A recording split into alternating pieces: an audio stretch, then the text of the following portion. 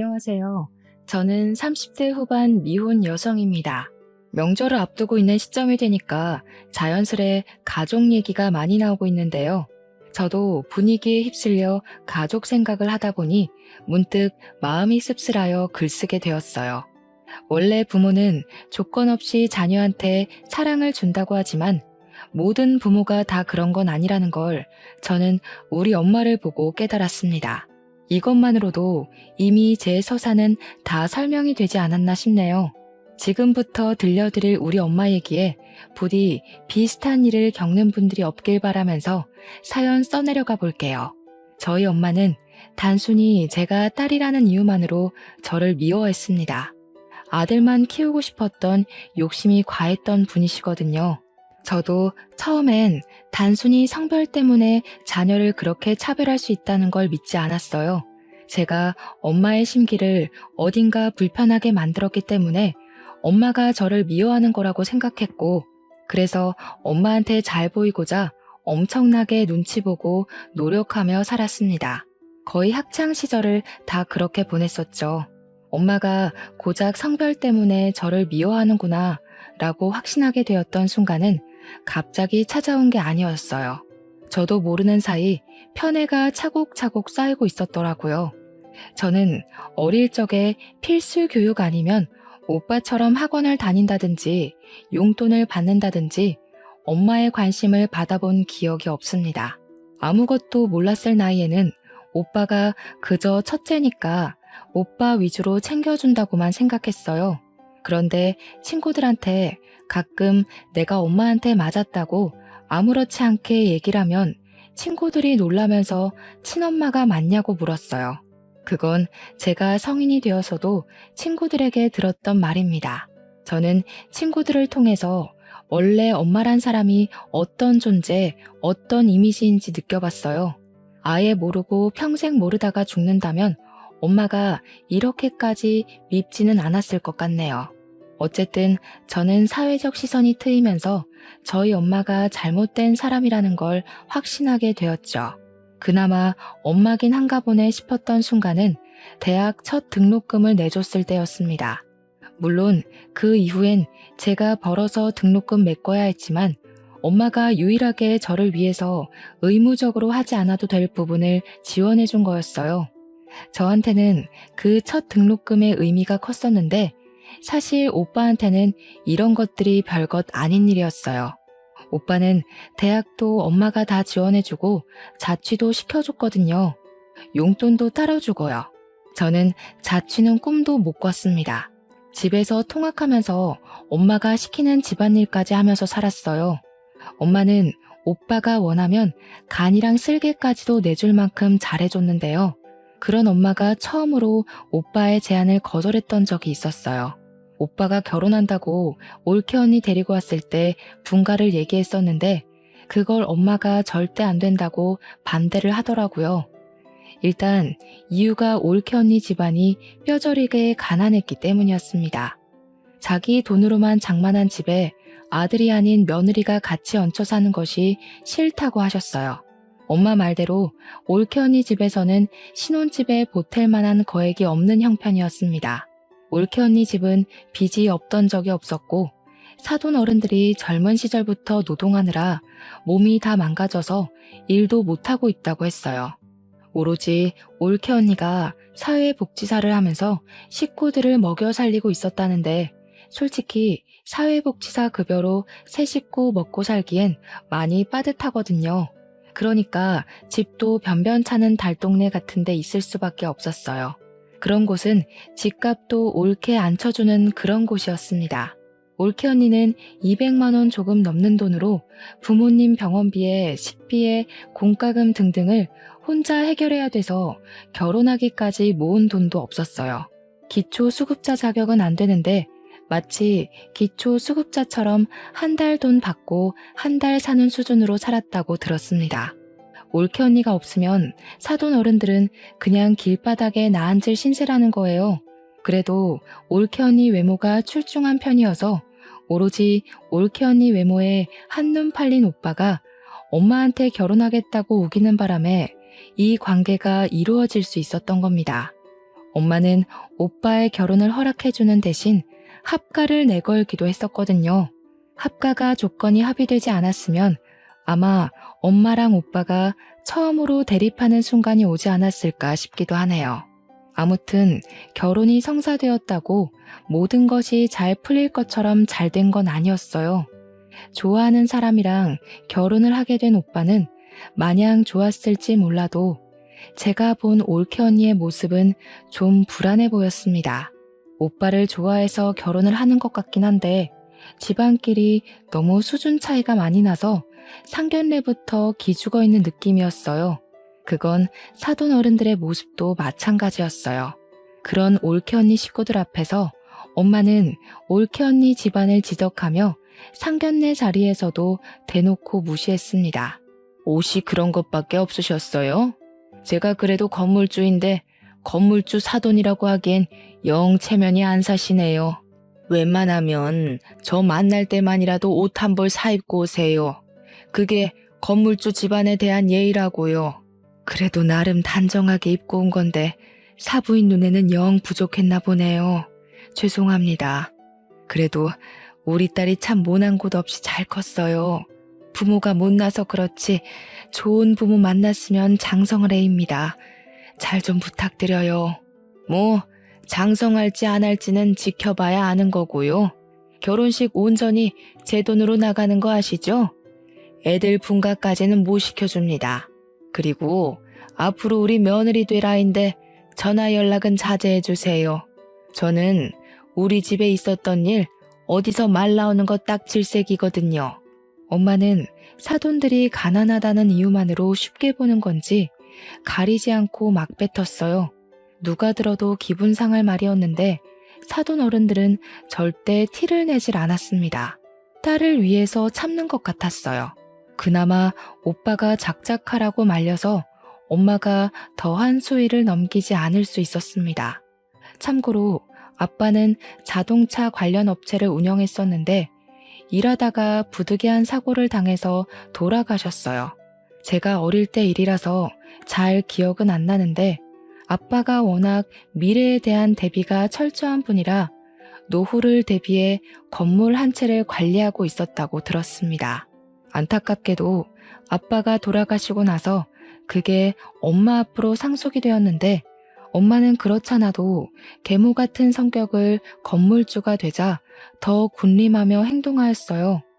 아무튼 저는 원래 용돈도 없었지만 엄마한테 달라고 구걸하느니 진작에 용돈 생각 자체를 포기했었습니다. 성인이 되고부터는 제가 아르바이트를 하면서 스스로 용돈벌이를 해나갔어요. 올케 언니가 제 예상대로 정말 착한 사람이었는데 저희 집에 올케 언니 들어오고 나서 제가 위로를 좀 많이 받았어요. 혼자 엄마한테 속 터지고 있던 마음을 올케 언니와 공유할 수 있어서 힐링이 되었습니다. 올케 언니랑 있는 시간이 좋긴 한데 한편으론 올케 언니가 저한테 자꾸 뭘 주려고 해서 미안할 때가 한두 번이 아니었어요. 아기씨, 이거 내가 사놓고 안 하는 목걸이인데 아가씨 할래요? 아가씨 목이 길고 하얘서 잘 어울릴 것 같아요. 언니, 저번에도 챙겨주시더니 또요? 저야 좋긴 한데 저 진짜 살면서 가족한테 관심 받는 거 처음이에요. 저 챙겨주는 사람 언니밖에 없어요. 처음엔 저도 모르게 착한 올케 언니에게 더 관심 받고 싶어서 괜히 힘든 소리도 많이 하고 고민 상담하면서 위로도 갈구했었어요. 그때마다 올케 언니는 제 마음을 귀신같이 알아채고는 친언니처럼 진심으로 저를 보듬어 주었습니다. 올케 언니 덕분에 원래 가족이란 건 이런 거구나 생각했어요. 그래서 올케 언니에 대해 마음이 많이 열렸고 저도 엄마 몰래 올케 언니를 많이 도와주었습니다. 혼자 집안이라는 서름을 누구보다 제가 잘 알고 있기 때문에 저는 올케 언니에게 그런 감정을 느끼게 해주고 싶지 않았어요. 올케 언니가 엄마한테 이리 치이고 저리 치이는 걸 많이 봤거든요. 엄마는 그냥 여자를 싫어하는 건지 저한테만 괄시를 했던 게 아니라 올케 언니도 그저 여자에 가난까지 더해서 심하게 미워하더라고요. 아유, 너는 가난한 냄새를 아주 달고 다니는구나. 어디 가서 내 며느리란 소리 하지 마라. 급이 안 맞아서야 원. 엄마는 저한테 그랬던 것처럼 올케 언니에게 막말을 서슴지 않되 다행히도 손찌검은 안 했고 이래라 저래라 명령질만 장난이 아니었습니다. 올케 언니가 사소하게 실수하는 것도 전부 트집 잡는 걸로 모자라 올케 언니의 살림 방식을 굉장히 싫어했어요. 야, 너 화장실 식초로 씻었니? 꾸진 년이 꾸진 짓만 하고 있네. 이 집에 비싼 물건들이 얼마나 있는데 냄새 배게 하려고 작정했어? 당장 환기시켜. 이런 식으로 올케 언니가 욕을 먹을 때면 제가 그거 달래준다고 늦은 새벽에 제 방으로 올케 언니를 몰래 불러서 맥주 한잔하며 엄마 뒷담 많이 깠습니다. 저도 저지만 올케 언니도 제가 아니었으면 이 집에서 못 버텼을 거라고 고마워해줬어요. 그렇게 저희 둘은 갈수록 사이가 많이 돈독해졌는데 얼마 안 가 대학을 졸업한 저는 집이랑 좀 먼 곳에 취업이 되어 독립을 하게 되었어요. 그간 제가 아르바이트하면서 안 쓰고 모은 돈이 있어서 보증금 마련은 충분했습니다. 드디어 엄마한테서 해방될 수 있었다는 생각에 무척 신이 났었지만 한편으로는 혼자 남게 될 올케 언니가 걱정이 되어서 썩 좋지도 않았어요. 하지만 제가 올케 언니를 데려올 수 없는 상황이잖아요. 만약 올케 언니가 정말로 제 친언니였다면 저는 망설임 없이 올케 언니를 데리고 나왔을 겁니다. 어쩔 수 없지만 올케 언니와 헤어져야 했던 저는 연락을 자주 하기로 하고 아쉬운 작별을 했어요. 실제로 올케 언니랑 몇 달 꾸준히 연락을 하면서 가족보다 더 가족처럼 안부를 묻고 살았습니다. 그러던 어느 날 올케 언니한테서 자정이 다 되어 연락 온 건 그날이 처음이었는데요. 언니가 우리 집에서 하룻밤 신세 질 수 있겠냐고 묻더라고요. 너무 놀라서 이 늦은 시간에 오겠다는 거냐고 되물었으나 제가 잘못 들은 건 아니었더라고요. 그런 부탁을 하는 올케 언니 목소리가 많이 안 좋아 보여서 저는 택시로 마중을 나갔습니다. 오랜만에 본 올케 언니는 얼굴이 말이 아니게 헬쑥했고 뺨이라도 맞았는지 한쪽 볼이 부어 있었어요. 이거 왜 이래요? 설마 엄마가 이랬어요? 엄마가 이제 언니 때리기까지 하는 거예요? 그냥 좀 실수로 그릇을 깼는데 이렇게 됐어요. 제가 잘못한 건데요, 뭘. 근데 좀 속상해서 아가씨가 너무 보고 싶더라고요. 늦은 시간인데도 연락 받아줘서 고마워요. 올케 언니는 거짓말을 잘 못하는 사람입니다. 그래서 저는 올케 언니 잘못으로 뺨을 맞았다는 게 거짓말이라는 걸 눈치챘어요. 집에 가서 올케 언니랑 제대로 대화를 해보았는데 역시나 올케 언니 실수 때문에 맞은 게 아니었더라고요.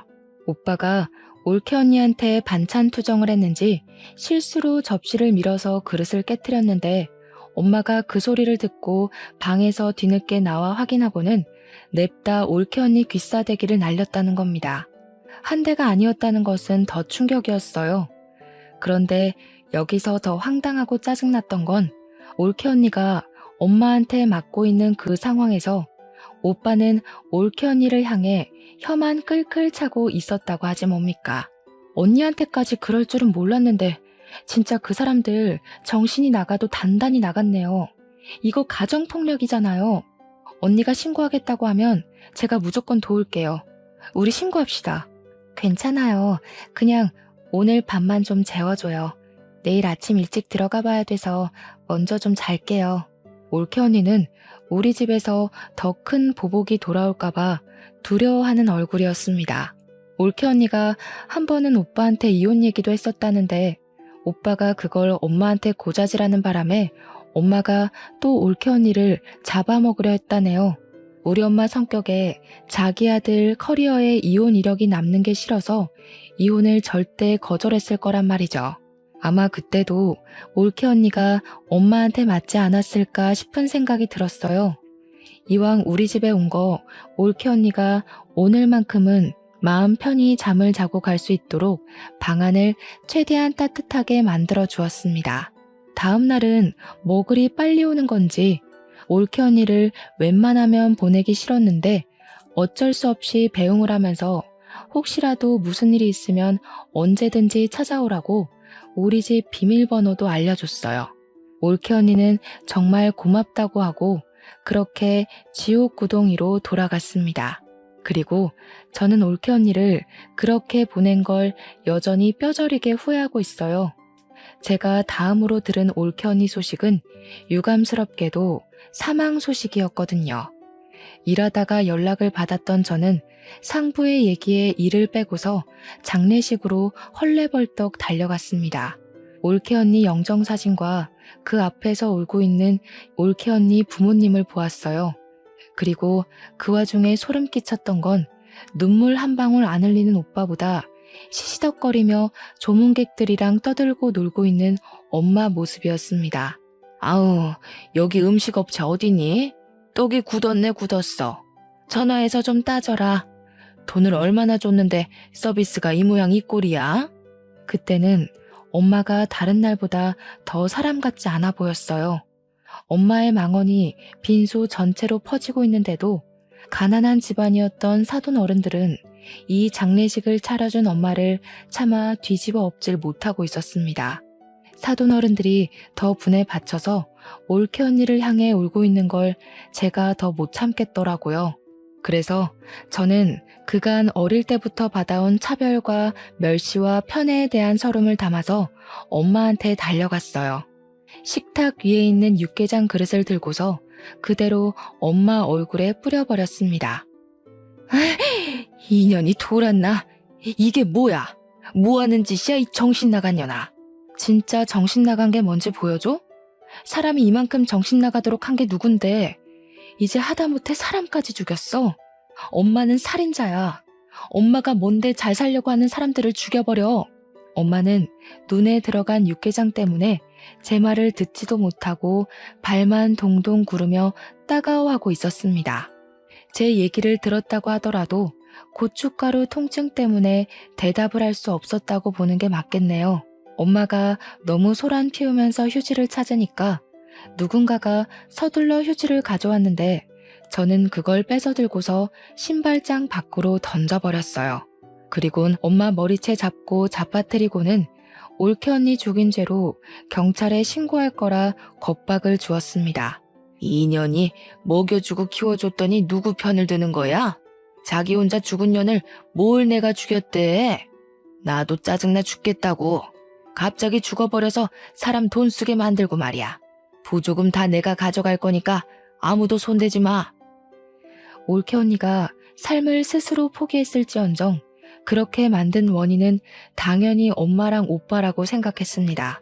손만 안 댔다 뿐이지 올케 언니에게 엄마랑 오빠는 분명한 가해자였어요. 장례식장은 첫날부터 시끄러웠습니다. 제가 엄마를 막대하고 있자 뒤늦게 오빠가 달려들어서 저를 밀쳤는데 그대로 밀쳐지는 저를 사돈 어른들이 붙잡아 주어 넘어지진 않았어요. 사돈 어른들은 저를 보고서 용기를 얻은 건지 이제야 엄마한테 한 소리를 하기 시작했습니다. 이 악마 같은 사람들, 우리 딸을 감히 총부리듯 부려요? 어쩐지 우리 같은 집안을 사돈으로 받아준다고 할 때부터 이상했어. 우리 딸 이런 식으로 부려먹고 죽이려고 데려간 거지? 어디서 가난뱅이 주제에 건물주한테 큰 소리를 쳐요? 아무것도 없이 쓸모없는 몸뚱이만 들고 시집 왔으면 그 정도는 감당했어야지. 세상에 공짜가 어딨어? 내가 정신 나갔다고 남의 집 거지 새끼를 애지중지하며 데리고 살겠어? 내 딸 입에 들어가는 쌀 한 톨도 아까운 마당에? 엄마는 오빠 덕분에 겨우 눈을 뜨고는 우리한테 삿대질을 하면서 망언을 퍼부었습니다. 그러면서 자기가 차린 장례식장이니 당장 꺼지라고, 아니 올케 언니 장례식 여기서 정리하자고 난동 부리기 시작했어요. 결국 보안 직원 오면서 상황은 정리되었습니다. 보안 직원 지키고 있는 가운데 올케 언니 장례식은 3일을 겨우 보낼 수 있었어요. 엄마랑 오빠 때문에 올케 언니 앞에서 마음 터놓고 울어보지도 못하고 완전 냉전 상태로 장례식을 마무리했습니다. 저는 이대로 올케 언니를 억울하게 보낼 수 없었어요. 끝까지 잘잘못 모르는 악마 같은 제 가족을 벌 주고 싶었습니다. 저도 그만한 도전을 해볼 수 있는 직장인이었으니까요. 가장 먼저 찾아간 곳은 바로 우리 집이었어요. 언니의 물건이 다 그 집에 있으니까 들어가기 끔찍한 그곳을 제 발로 찾아갔습니다. 아이고, 가난뱅이 자식 납시였네. 네가 거기서 감히 남의 집 사람들을 옹호해? 이제 너는 내 딸 아니야. 내 집에서 당장 나가. 내가 언제 엄마 딸이었던 적은 있어? 자식이라고 낳았으면 조건 없이 당연히 해줘야 되는 의무 말고는 엄마가 나한테 뭘 해줬는데? 대학 등록금 한번 내준 거? 그건 엄마가 자식한테 해주는 지원이 아니라 내가 엄마 뒤치다꺼리한 비용으로 받은 거지. 엄마가 나한테 뭘 해줬다고 생각하는 것만큼 나도 엄마한테 똑같이 해주느라 힘들었으니까 그딴 걸로 생색낼 생각 마. 그 뒤로도 엄마가 제게 시비를 걸었는데 그냥 무시해버렸습니다. 저는 오빠가 출근하고 없는 방으로 들어가 올케 언니 물건을 뒤졌어요. 그런데 감쪽같게도 올케 언니 물건이 없더라고요. 설마 벌써 내다 버린 건가 싶어 불안감이 엄습해왔습니다. 당장 엄마한테 가서 올케 언니 짐 어쨌냐고 따졌더니 엄마가 콧방귀를 끼대요. 아, 그 꾸질꾸질한 옷들? 저 방에다 처박아뒀다.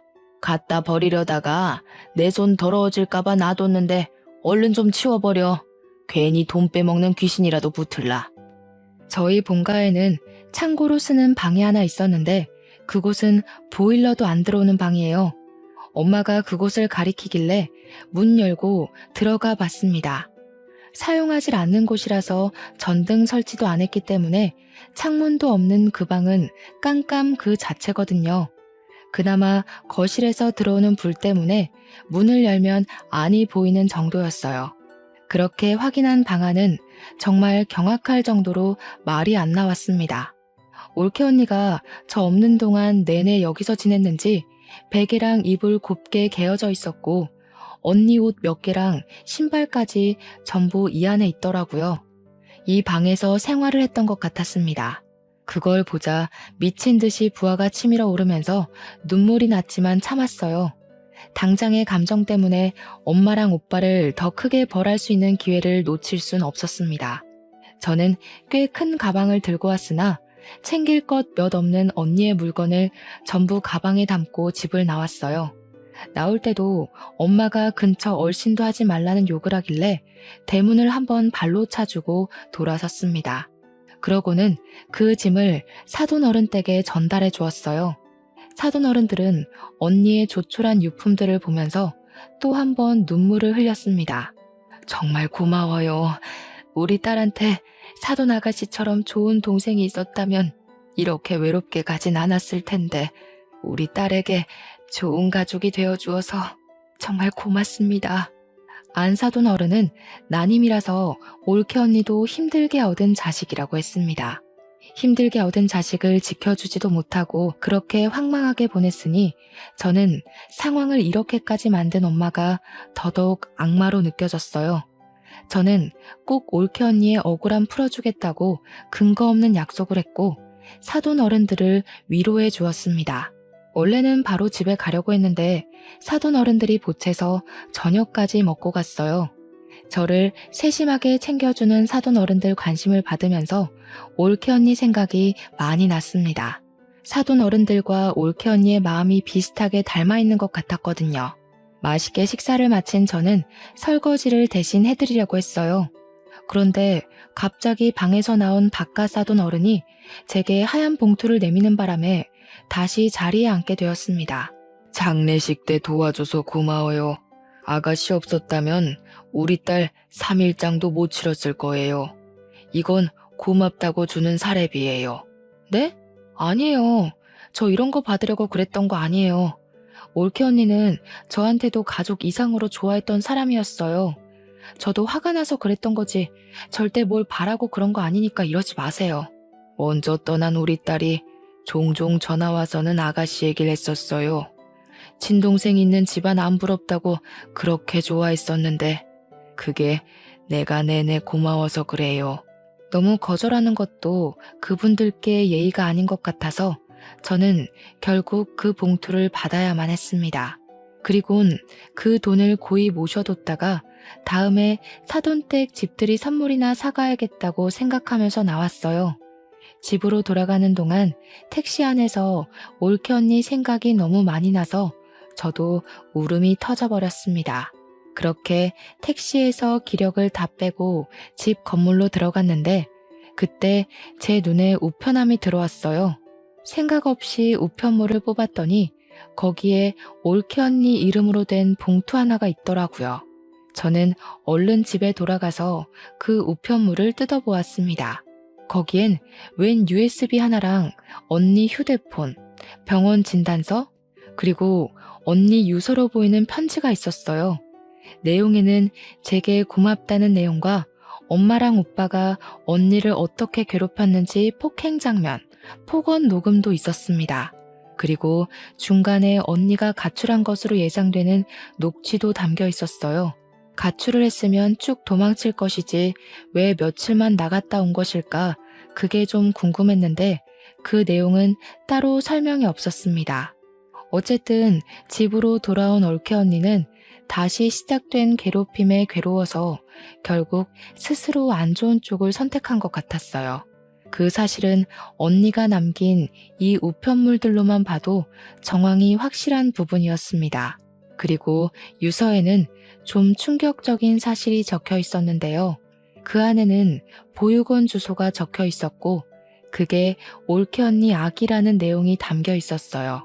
오빠의 자식이 맞지만 올케 언니가 일부러 가족들에게 임신 사실을 알리지 않았다고 합니다. 그 문구를 보자 올케 언니가 어느 날을 기점으로 부쩍 살이 오른 걸 본 적이 있었는데 그게 임신 때문이었나 싶은 직감이 왔어요. 그 당시 제가 올케 언니에게 몸매 변화에 대해서 물은 적도 있었거든요. 요새 살기가 편한가 식욕이 자꾸 오르네요. 아무래도 살 좀 빼야 될 것 같죠? 아가씨는 어떻게 그리 날씬하고 예뻐요? 그땐 올케 언니가 제가 묻는 말에 능청스럽게 대답하고 주제를 돌리길래 전혀 눈치를 못 챘습니다. 근데 그게 임신 때문이었다니 그렇다면 녹화 장면에서 가출을 한 걸로 보이는 그건 출산을 해야 했기 때문이었나 하는 생각이 들었어요. 엄마랑 오빠는 원래 언니한테 관심이 없었으니 언니가 저한테 그랬던 것처럼 능청스럽게 변명을 했다면 그들은 그냥 곧이곧대로 언니가 살이 쪘구나 그렇게 믿었을 겁니다. 그러니 올케 언니 임신 사실은 당연히 몰랐겠죠. 아무튼 편지에는 올케 언니가 자신의 아기를 부디 엄마랑 오빠한테 알리지 말아달라는 부탁이 적혀 있었어요. 오빠와 엄마의 인성을 알면 저 같아도 그랬을 것 같긴 합니다. 그리고 올케 언니가 써놓은 문구 중에는 아들이 아닌 딸을 임신해서 두려웠다는 말도 적혀 있었는데요. 아이가 핍박받고 자랄 게 겁이나 식구들에게 비밀로 하고 보육원에 맡길 수밖에 없었다는 뉘앙스가 있었어요. 자신의 자식도 제대로 안아보지 못하고 죽을 준비만 했을 언니의 마음이 얼마나 썩어 문드러졌을지 굳이 눈으로 확인하지 않아도 알 것 같아서 너무 속상했어요. 그렇게 착한 언니는 이렇게 가면 안 되는 사람이거든요. 아이랑 같이 행복하게 살 자격이 있는데 왜 우리 가족이랑 연이 되어서 이렇게 생을 마감해야 했는지, 우리 언니를 망쳐놓은 것이 제 엄마랑 오빠라는 게 정말 끔찍했고 누군가를 해코지하고 싶단 마음이 처음으로 들었었어요. 언니의 편지 마지막 멘트에는 저한테 미안하고 고마웠다는 말까지 있었는데 그 진심 어린 말에 저는 정말 많은 죄책감을 느꼈습니다. 언니가 쓸쓸한 선택을 하도록 신경을 못 써준 게 너무 미안했고 쓸쓸하게 떠나는 순간에도 옆에 있어준 사람 하나 없었다는 것이 너무 미안했어요. 저의 슬픔은 오빠랑 엄마를 향한 분노로 변질되어 커졌습니다. 일단 저는 급히 아이를 찾으러 보육원을 먼저 갔어요. 그곳에서 올케 언니가 맡긴 갓난 여자 아기를 만났습니다. 다행히도 언니 딸은 개 같은 오빠를 닮지 않고 하얗고 예쁜 언니를 닮았더라고요. 이 예쁜 아이를 떼어놓아야만 할 때의 언니 심정은 이루 말할 수 없을 만큼 괴로웠겠죠. 저는 아이 소식을 사돈 어른들께 알린 후 데려갔습니다. 다행히 출생신고는 되어 있었는데 조금 늦게 안 사실이지만 당황스럽게도 아이 이름이 제 이름과 같더라고요. 언니가 저를 그만큼 생각해줬다는 것 때문에 제가 얼마나 더 울었는지 모릅니다. 눈물이 나면 날수록 차오르는 분노 때문에 저는 당장 사돈 어른들에게 변호사를 알아봐 주었어요. 사돈 어른들이 올케 언니를 위한 소송을 할 수 있도록 변호사랑 같이 준비를 했습니다. 올케 언니는 아이가 있다는 사실을 밝히지 말아달라고 했지만 양육비를 뽑아내기 위해선 어쩔 수 없었고 양육비 청구 소송까지도 빠짐없이 받아낼 생각이었어요. 우리 예쁜 조카는 사돈 어른이 엄마 몰래 키워주기로 했습니다. 구청에 가서 사돈들이 지원을 받을 수 있는 혜택도 알아봐 줬어요. 그리고 제게 가장 중요한 소송, 그걸 자랑하려고 직접 소송장을 가지고 본가에 직접 찾아갔습니다. 근데 어처구니 없게도 집 앞에 웬 다른 아가씨가 하나 있더라고요. 엄마랑 문 앞에서 대화를 하는 것 같았는데 저도 모르게 계단 쪽으로 숨어서 그 상황을 엿들었습니다. 혹시 몰라서 몰래 휴대폰 렌즈만 들이밀어 영상도 촬영했죠. 어쩜 이리도 착할까. 우리 아들이랑 너무 잘 어울리는 한 쌍이다. 이제 뭐 필요한 거 있으면 이시애미한테 얼마든지 말해. 그리고 앞으로는 무겁게 한우 같은 거 사들고 오지 마. 귀한 우리 며느리 손 상할까봐 내 마음이 조마조마하다. 아주 기가 막히지 않습니까? 엄마는 올케 언니 떠난 지 얼마나 됐다고 그새 다른 아가씨를 구해서 오빠 재혼을 준비하고 있었어요. 저는 바로 소송장을 감추고 그 아가씨랑 엄마가 대화를 끝내고 엘리베이터 쪽으로 나올 때까지 숨어서 기다렸습니다. 한 20분 대화가 이어졌을까 둘이서 사이좋게 인사를 나누고 현관문이 닫혔어요. 아가씨가 엘리베이터 쪽으로 오길래 저도 그제야 제 모습을 드러냈습니다. 제가 먼저 아는 체를 했더니 아가씨가 당황하면서 저더러 누구냐고 묻더라고요. 1001호 집안의 딸이에요. 보아하니 저희 오빠랑 결혼 준비하시는 것 같은데 저희 엄마가 엄청나게 꼬리치고 있는 거 보니까 좀 잘 사시는 분인가 봐요. 네? 어머님이 외동아들 하나 있다고 그랬는데요. 누구신데 뜬금없이 나타나서 그런 말 하세요. 알지도 못하는 사람을 왜 상대해줘야 하는지 모르겠네요. 비켜주세요. 긴 말 안 할게요. 저희 오빠랑 결혼하지 마세요. 만난 지 얼마 안 되셨을 거 아니에요. 저희 올케 언니가 죽은 지 얼마 안 됐으니까. 저희 올케 언니는 돈 없다고 갈굼당해서 죽었거든요. 그쪽은 돈이 있는 것 같은데 이제 엄마가 그쪽 돈 빨아먹으려고 갈굼하겠네요. 제 말이 안 믿기시면 가족관계 증명서 가져오고요. 아가씨는 제 말에 당황해서 일단 답변을 못했습니다. 그러다 결국 제가 손에 들고 있던 소송장을 보여줬더니 어느 정도 우리 집안에 문제가 있다는 걸 느낀 것 같았어요. 이 아가씨는 오빠보다 나이 많은 노처녀더라고요. 제 얘기를 믿고 자신과 우리 집안 돌아가는 상황을 설명해 주었는데요. 이 아가씨 엄마랑 우리 엄마는 동창 사이였고 여자 쪽에서 결혼이 더 급한 건지 만난 지 2개월 만에 결혼 약속을 했다고 하더라고요. 만난 지 2개월이면 올케 언니가 죽기 전이란 말이죠. 오빠가 바람까지 피웠다는 뜻입니다. 어쨌든 죽은 올케 언니가 오빠와 혼인신고를 안 했기 때문에 그 아가씨는 오빠가 결혼을 했었던 유부남이란 사실도 모르고 있었어요. 저는 더더욱 그분에게 이 결혼 절대 하지 말라고 신신당부를 했습니다. 그러자 아가씨가 당황하더니 사실 이번 주 주말에 상견례 날짜가 잡혀 있다고 하더라고요. 엄마는 저를 아예 가족에서 배제하기로 작정했나 봐요. 딸이 있다는 사실도 안 알리고 오빠가 상견례 한다는 사실도 알리지 않은 것 보면 말이죠. 뭐 이런 정황만 봐도 유부남인 게 들킬까봐 그런 게 뻔하네요. 오히려 잘 됐다고 생각했어요. 저는 아가씨에게 그 상견례 장소랑 시간만 알아내서 깽판 치러 찾아가기로 계획을 바꿨습니다. 그렇게 예고 없이 들이닥친 상견례 자리에서 엄마랑 오빠는 제 얼굴을 보자마자 하얗게 질려버렸어요.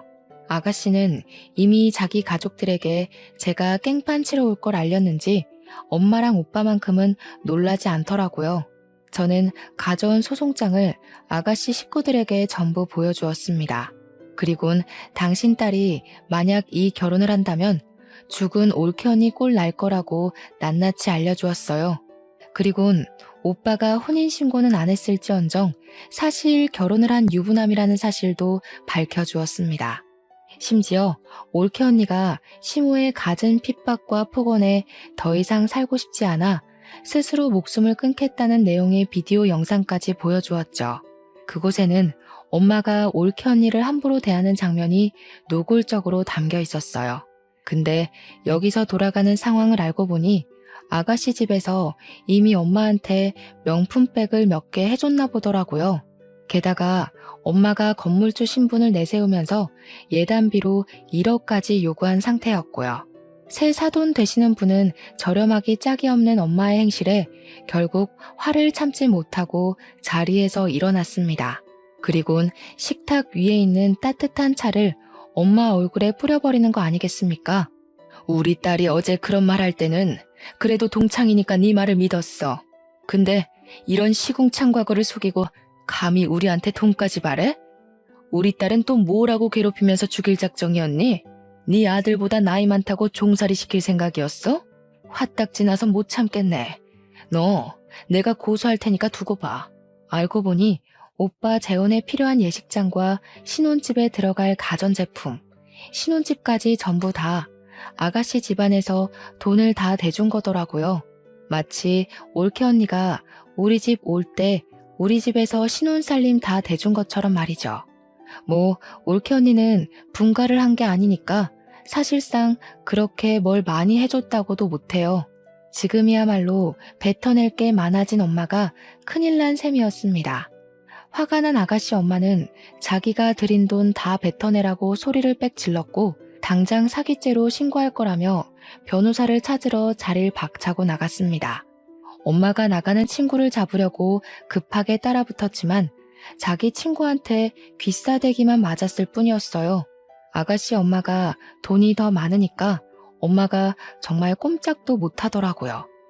엄마는 그 성질 못 참고 화살을 제게로 돌렸는데요.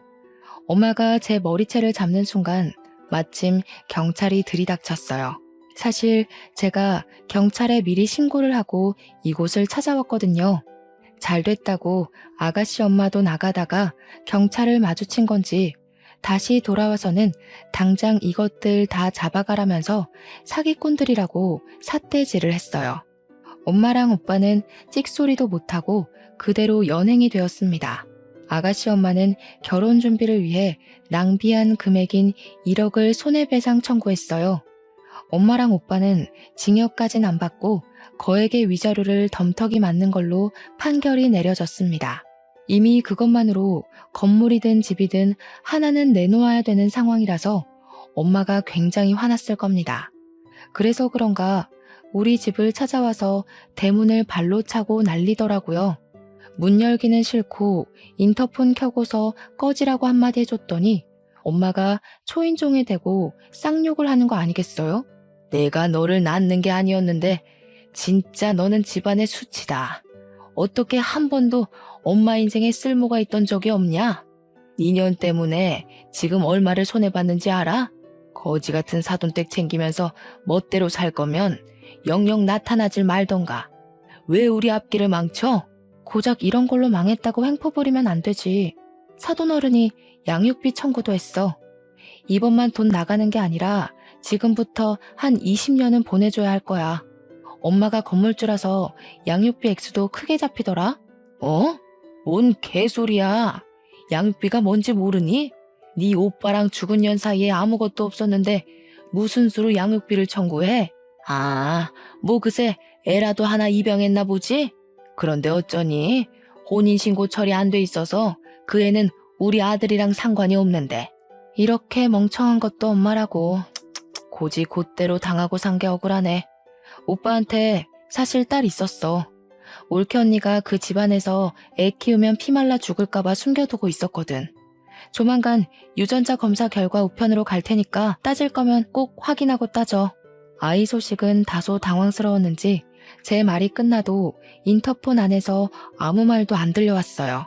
거기다 대고 저는 한마디 더 해줬습니다. 딸도 있는데 또 오빠 재혼시키면 내가 평생 따라다니면서 네 아들 혼사길 다 망쳐놓을 거라고 경고를 날렸죠. 저는 그걸 마지막으로 엄마랑 오빠와 대면한 적이 없습니다. 변호사에게서 소식만 전해 듣길 엄마는 위자료랑 소송 금액 그리고 벌금을 내기 위해서 자랑스럽게 떠벌리던 건물을 팔았다고 했어요. 그나마 살고 있는 집 하나는 지킨 것 같더라고요. 물론 그것도 어떻게 될진 모르죠. 양육비를 20년이나 줘야 하는데 과연 오빠 급여 하나 가지고 생활비에 양육비에 사치 쩌는 엄마 용돈에 감당이 될지 모르겠네요. 저는 20살 때부터 가족의 도움 없이 저 혼자 돈을 마련했기 때문에 그들이 망하든 말든 상관이 없었어요. 그들 인생 망쳐놨으니 이제는 그저 사랑스러운 조카를 보는 낙으로 지낼 뿐이었습니다. 조카는 하루가 달리 예쁜 모습을 자랑했는데요. 올케 언니랑 전체적인 느낌이 닮았으나 가장 닮은 게 웃는 얼굴이더라고요. 조카가 웃을 때마다 언니 생각이 나서 한 번씩 마음이 저려요. 그래도 떠난 언니가 이제는 마음 편히 발 뻗고 잘 수 있게 제가 조카를 평생 책임지고 보살펴 줄 생각입니다. 예쁜 것만 보여주고 싶고 걸을 수 있는 나이가 된다면 그때부터 언니가 있는 곳에 함께 데려갈 생각이에요.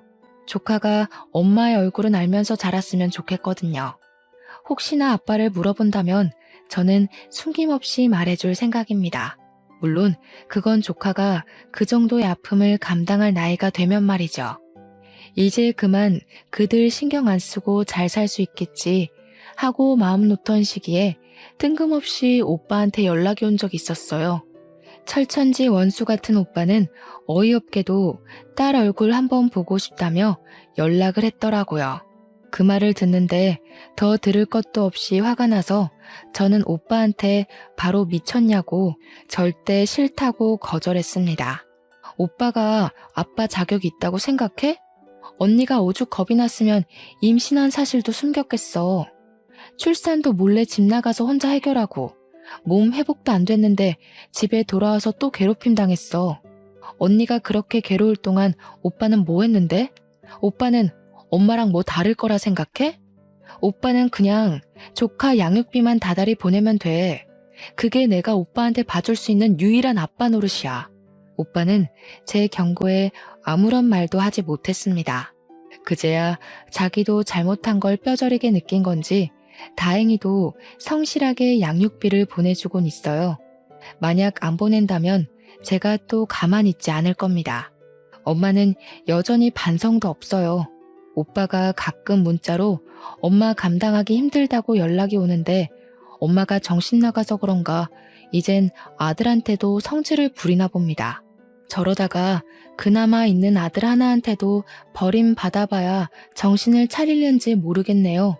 제가 조금 더 빨리 철이 들고 사회에 대해 잘 알았더라면 올케 언니를 우리 오빠랑 결혼시키지 않았을 텐데 이건 아마 제 평생의 후회로 남을 것 같습니다. 그 사실 때문에 사돈댁에 더 자주 찾아가긴 해요. 마치 본가를 찾아가듯 마음 편한 걸음으로 주말에 한 번씩은 갑니다. 조카가 좋아하는 인형이랑 용품들 챙겨가고 사돈어른들 옷도 몇 벌씩 선물해주고 있어요. 제 급여가 떵떵거릴 만큼 많은 건 아니지만 용돈을 딱히 쓸 데도 없고 또 사돈댁이 제게는 본가 같은 기분이 들어서 그렇게 하고 싶더라고요. 사돈어른들도 제게 더는 존댓말을 하지 않아요. 정말 딸처럼 이름을 불러주면서 제 생일까지 기록해놓고 챙겨주신답니다. 이런 게 남들 다 누리고 있는 가족 사이라면 저는 아마 사돈댁과 계속 이런 연을 이어갈 것 같아요. 비로소 소중한 사람들과 화목하게 사는 것이 무엇인지 느끼고 있는 요즘입니다. 글이 길었죠? 변변찮은 내용이었을지 모르겠지만 긴 글 들어주셔서 너무 감사합니다. 날이 많이 따뜻해졌는데 우리 모두 가족들과 나들이 다니면서 소중한 추억 많이 만듭시다.